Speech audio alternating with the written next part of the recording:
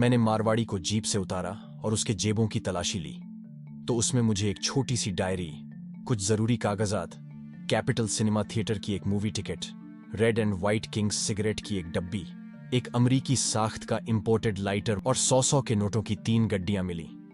मैंने ये सारी अशिया जीप के बोनेट पे रख दी और अपने कांस्टेबल से कहा, लाला जी को उठा के ले जाओ और अंदर कुर्सी पे बिठाओ। मेरा ऑर्डर मिलते ही कांस्टेबल्स किसी रोबोट की तरह हरकत में आए। लाला जी के हाथ पैर पकड़ उन्हें वाकई में उठा के ले गए और बड़े ही प्यार से कुर्सी पे बिठा दिया।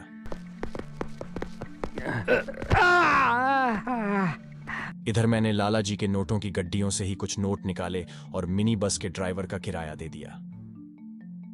तयशुदा रकम से ज्यादा मिलने की खुशी में मिनी बस के ड्राइवर ने कहा, शुक्रिया साहब, दोबारा गाड़ी की जरूरत हो तो याद करना, और खुशी खुशी चला गया। मारवाड़ी से जब्त की गई ये सारी अशिया लेके मैं चौकी के अंदर अपने कैबिन में पहुंचा। मैं मारवाड़ी के पास से मिली डायरी और कागजात को बारीकी से देखने लगा।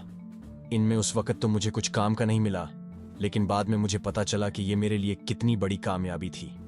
मैंने ये सारी अशिया डेस्क के ड्रॉ में रख दी और असगर और मारवाड़ी के बारे में सोचने लगा। मारवाड़ी को पुलिस स्टेशन लाने के मेरे 2 मकसद थे। पहला, मारवाड़ी से शिंदे और दिलीप राज का पता निकलवाना, और दूसरा, जो लोग मारवाड़ी का हवाला नेटवर्क बेफिक्र होकर इस्तेमाल कर रहे थे उन तक ये मैसेज पहुंचाना कि पुलिस हरकत में आ चुकी है। मारवाड़ी को तो मैं वैसे भी कुछ देर बाद छोड़ने ही वाला था, लेकिन मैं चाहता था कि असगर लंबे अरसे तक मेरी गिरफ्त में रहे। लिहाजा मैंने कांस्टेबल महेश यादव को कैबिन में बुलाया और उससे FIR रजिस्टर लाने को कहा। जब वो रजिस्टर लेके आया, मैंने उससे पूछा, मैं चाहता हूं असगर ज्यादा से ज्यादा देर तक मेरी गिरफ्त में रहे। हम उस पर ऐसे कौन से चार्जेस फ्रेम कर सकते हैं जिसके बाद हम कोर्ट से उसको पुलिस रिमांड पे ले सके? यादव ने मुस्कुराते हुए कहा, सर, आप एक बार रजिस्टर खोल के तो देखिए। और जब मैंने रजिस्टर देखी तो मैं सर पकड़ के रह गया। आधे से ज्यादा रजिस्टर असगर के गैर कानूनी कामों से भरा पड़ा था, जिनमें लैंड ग्रैबिंग, किडनैप करके फिरौती मांगना, गवर्नमेंट प्रॉपर्टीज पे इजब्रन कब्जा और यहां तक कि 3 मर्डर के भी चार्जेस दर्ज थे। मैंने यादव से पूछा, इतना सब कुछ था इसके खिलाफ तो तुम लोगों ने इसे गिरफ्तार क्यों नहीं किया? यादव ने कहा, सर, सीनियर ऑफिसर जो चाहता है वही होता है।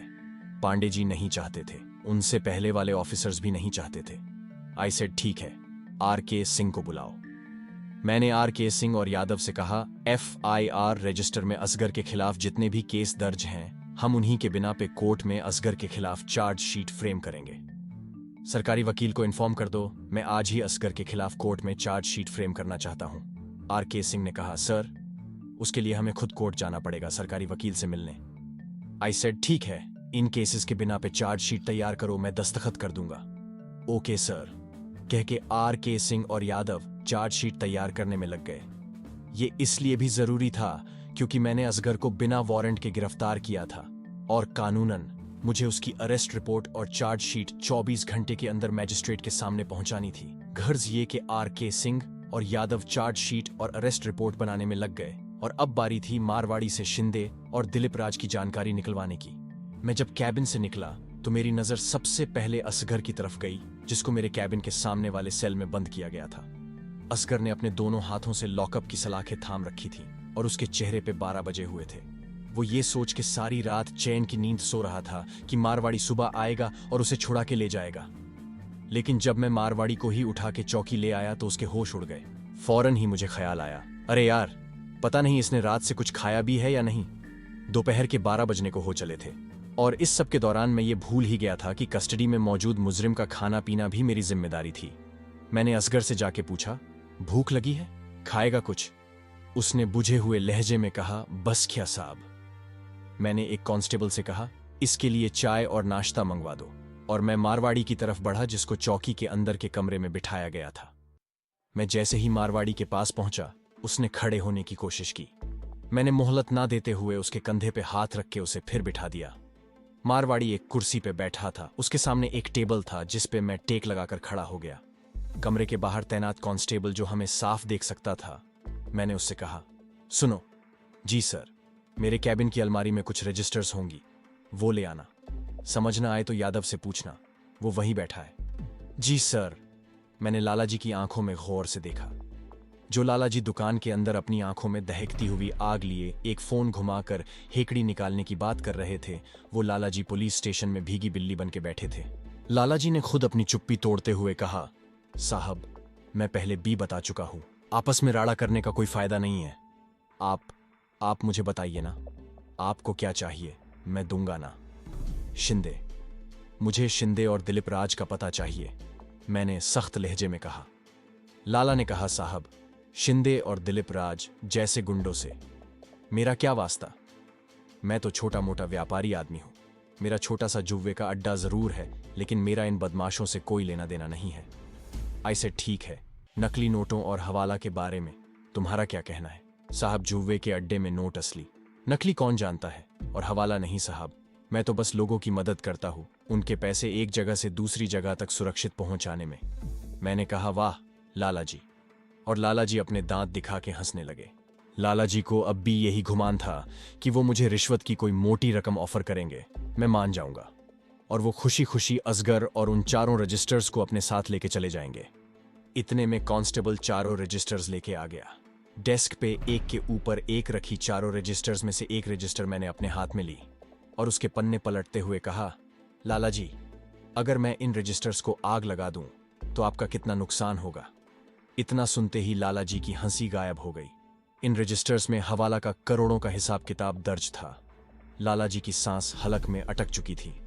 मैंने उनसे कहा, लालाजी, जरा सोचो, रात भर की पूछताछ के दौरान असगर ने मुझे जितनी इंफॉर्मेशन दी है, आपके तीनों गोल्फ कोर्स, जुहू में आपकी दूसरी आइटम का बंगला, पहली बीवी का घर, आपकी दुकान, इन सब जगहों पे अगर मैं रेड मारूं तो आपका कितना नुकसान होगा? मेरे ये जरा से अल्फाज सुन के लालाजी जोर जोर से सांस लेने लगे। उनके हलक से आवाज भी नहीं निकल रही थी। फिर भी उन्होंने 2 बार कहा, पानी, पानी। पास में ही पानी का मटका रखा था। मैंने खुद उन्हें ग्लास में पानी लाकर दिया। लालाजी एक ही घूंट में सारा पानी गटक गए। मेरा निशाना सही जगह पर लगा था।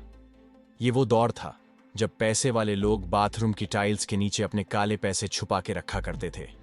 मारवाड़ी के पास भी बहुत पैसा था और असगर यकीनन जानता था कि वो पैसे मारवाड़ी ने कहां कहां छुपा के रखे हैं। अब लालाजी को लगने लगा, मैं असगर से रात भर की पूछताछ में सब कुछ उगलवा चुका हूं।